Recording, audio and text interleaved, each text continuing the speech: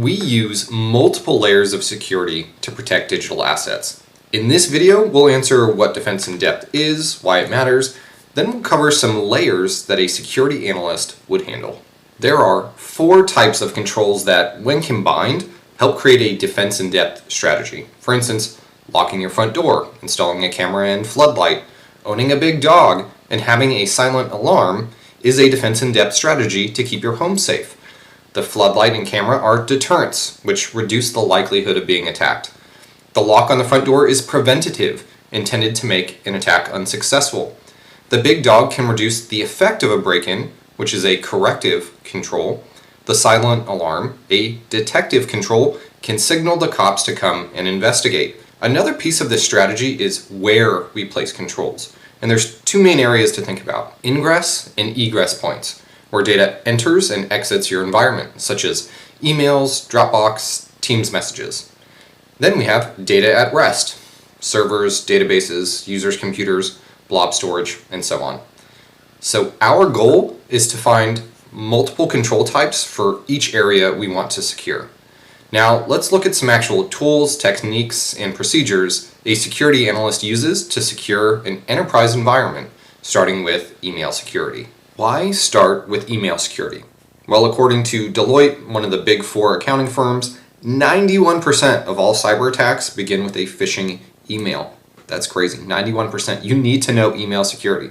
And when it comes to email security, there are really 2 things that you need to know. You need to be able to look at an email and tell if it's malicious, spam, or legitimate, and you need to be able to create email policies that prevent malicious emails from coming in the first place. So let's take a look at this email here and look at some malicious indicators. Right here, we have a sender display name of mail administrator from some random email address. It's really easy to change your sender display name, and oftentimes you'll have to hover over that to see the email address it's coming from. Users don't often do this, and if you get an email on your phone, you're only going to see, oh, it's from my mail administrator. So you definitely want to check that out. Here we have attachments. You always need to check attachments.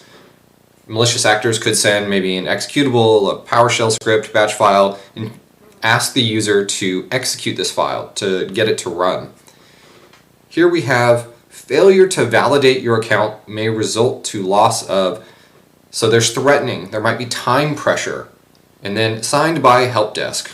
Not a real person, right? Your help desk is not going to send you an email saying help desk, right? And there's other malicious indicators in here as well.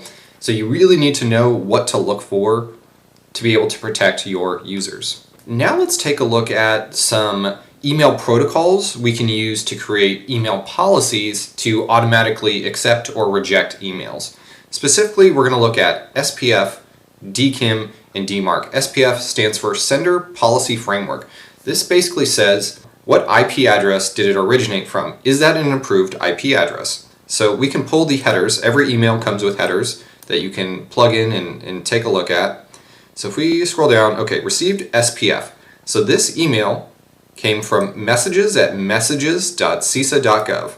So that domain, messages.cisa.gov, designates this IP address as a permitted sender.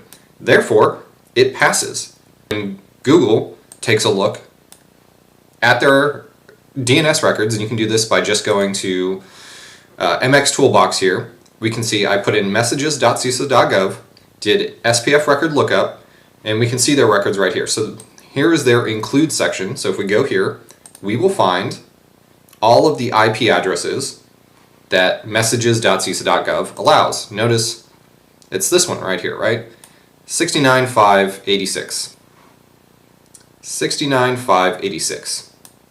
So that's where it is. Now DKIM is pretty cool in that it is a cryptographic signature that the domain can use to do 2 things. 1, it can verify that the sender is who they say they are, and 2, can also verify that the contents of the email have not been altered. So it sends this key, basically, a cryptographic, say that 5 times fast, cryptographic key, and the receiving server can match up that key and ensure the contents of the email haven't been altered and that it's actually the correct domain, messages.cisa.gov, sending it. So if it is, then DKIM will pass. So if we go to authentication results here, DKIM passed, are the DMARC values that, again, this domain would go into their DNS records and type in these policies. So there's a tag called V, and it's set to DMARC, and another tag P, and it's set to, in this case, reject. So their policy, right, the name of it, their policy is set to reject emails that do not pass DMARC. DMARC checks SPF and DKIM to say, hey, if both of these pass, that's good. If they don't pass, what CISA wants you to do, what CISA wants Gmail or the recipient server to do, would be to reject emails. Reject emails that do not pass SPF or DKIM. And CISA is the one that gets to define what happens. And they set it to 100%. 100% of the time, if it fails DMARC, reject it. Okay, so that was a lot, right? Just fire hose, email security here. The goal isn't to necessarily learn all the technical things about this, but rather understand that these are some of the things that you will be learning. We can take SPF, DKIM, DMARC, and now for my company, I can create email policies on top of that, as well as other things to prevent malicious emails from coming into the environment. Next up, we have endpoint detection and response, which is like the bigger, better brother to antivirus. That's the next level of antivirus protection. Specifically on the screen here, we have Microsoft Defender, and in their portal, when you have Defender in an enterprise environment, you'll get Defender XDR portal where you can investigate alerts and incidents. So this is going to be more than just endpoint protection that we're seeing on the screen, like BEC, business email compromise. But in general, there's going to be a portal for you to go into and do your investigation. Specifically with EDR, we're looking at what is happening on endpoints. For instance, did the user download a potentially unwanted program? Did they download malware? What is going on? And you can dig into these alerts. You can see an attack story, what processes generated, what scheduled tasks maybe. You can get file hashes. There's a whole bunch of indicators of compromise that you'll be able to get from this portal and do your investigation. Security awareness training. Now, backstory before we discuss this one. Stuxnet was a computer worm discovered in 2010 and is believed to have been developed jointly by the United States and Israel.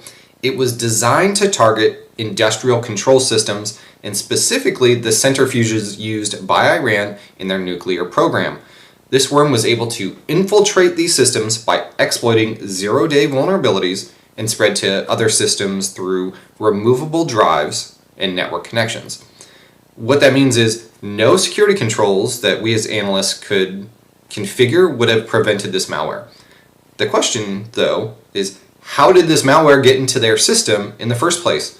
After all, Iran's nuclear program was air-gapped, wasn't connected to the internet. So how did the malware get on their system?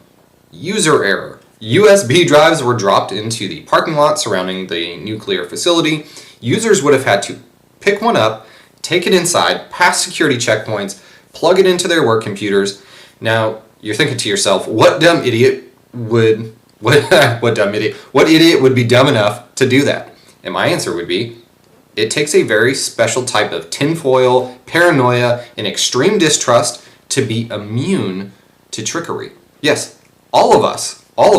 Like, sure, maybe you wouldn't pick up a USB yourself, but in general, all of us are susceptible to being fooled, to being tricked.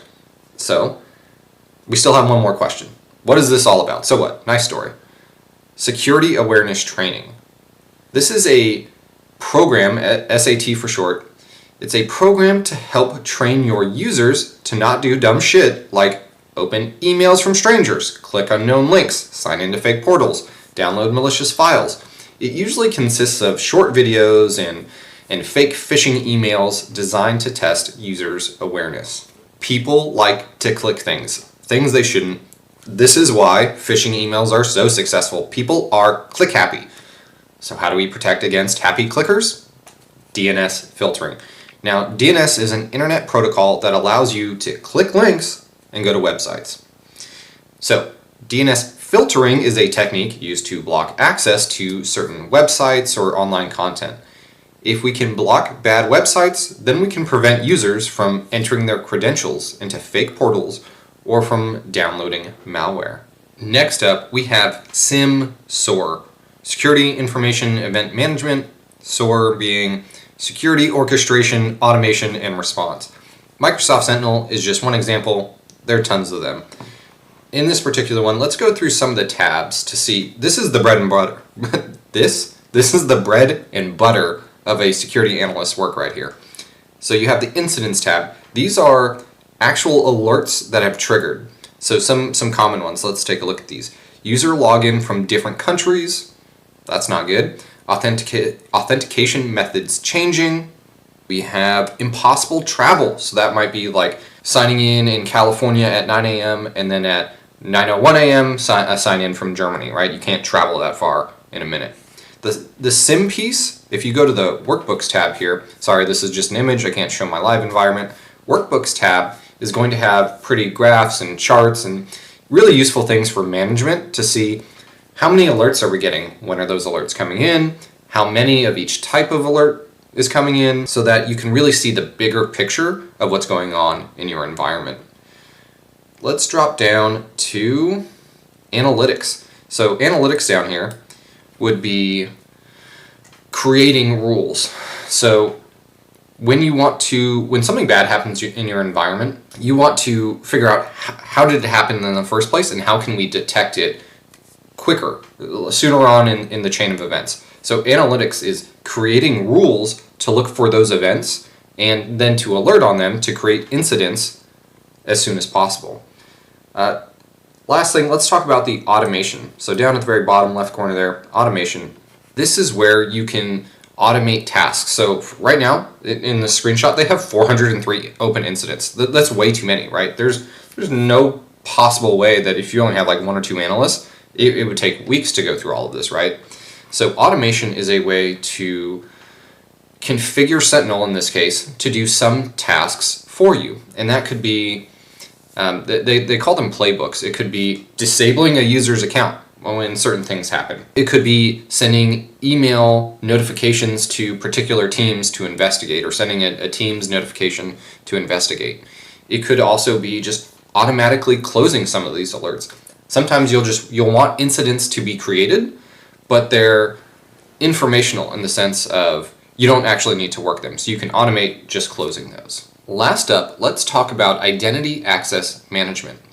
This is where, let's say company A can trust, in this instance, Google, Microsoft, or Apple to verify your identity to log into their systems. This is called federation, where there is trust between two different companies. The company that you want to sign into and gain access, and then another company that checks your identity. So in Microsoft, you can manage this access through conditional access policies, aptly named, right? There are conditions to gain access. Let's take a look at this policy here. So under users and groups, you can assign who this policy might affect. So let's say we want to create a policy that only affects our administrators, right? The people that have the most power. So you can just assign groups. In this case, it would be our administrators group. You can assign what programs that when they sign into would this affect? What resources, if they're attempting to sign into, would this policy take action on? So you could set it to all cloud apps. You could set it to very specific ones. So let's say we want all administrators to all cloud apps. Everything we are federated to log into. Conditions. This is the important part here, is we can configure a lot of conditions. For instance, we can choose what device platforms, for instance, Windows only, Linux only, Mac and Linux. You can choose locations, meaning from the United States, what countries are allowed to sign in, or you can configure specific IP addresses. Do they need to be at a specific location? You can also do device state, meaning do these devices need to be joined to our environment? You can really get down into fine details to really limit who has access to what. If you made it this far, then you're part of the 10% willing to put in the effort that the other 90% are not, and it is going to pay off. Let me know down in the comments if you want a video where I deep dive into any of these topics we looked at. Also, smash that like, go subscribe, and I'll see you in the next video where we look at volunteering opportunities. I'll see you there.